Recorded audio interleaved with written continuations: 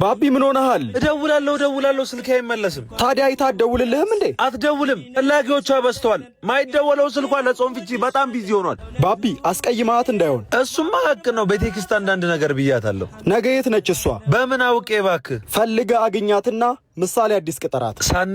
ሳንታረቅ ሳንግባባ ቤቱን ማያስገባ ምሳሌ አዲስ ቁርጥና ክትፎ ቦሌ። ይሄ ማስታወቂያ አይደለም ማስታወሻ ነው። ምክንያቱም ምሳሌ አዲስ ቁርጥና ክትፎ በደንብ ይታወቃል። ክትፎና ቁርጣቸውን ቅበላ ላይ በልተን ጣዕሙ ከአንደበታችን ሳይጠፋ ጾም ፍቺውም ገባ። ይሄ ቪዲዮ ለጥሬ ስጋ አፍቃሪዎች ብቻ አይደለም፣ ፍጹም ደህንነቱ የተጠበቀበት ቦታ ለሚፈልጉት ጭምር ነው። ቪአይፒ እና ቪቪአይፒ ክፍሎች በብዛት ፓርኪንግ ከ1000 ካሬ በላይ ለመኪናው ጥላ ለእርሶ ማስተማማኝ ቦታ ካገኙ ለምን አይገባበዙ? እንደኔ ደግሞ የሰንበርና ቡላ በኪትፎ አፍቃሪ ከሆኑ በጥዋት ቀድሞ ይገኙ። ሰልፉ አስቸጋሪ ነው። ምሳሌ አዲስ የሚገኘው ቦሌ ከዩጎ ቸርች ጀርባ ባለው መንገድ 100 ሜትር እንደገቡ ያገኙታል። በዚህ ስልክ ይደውሉ።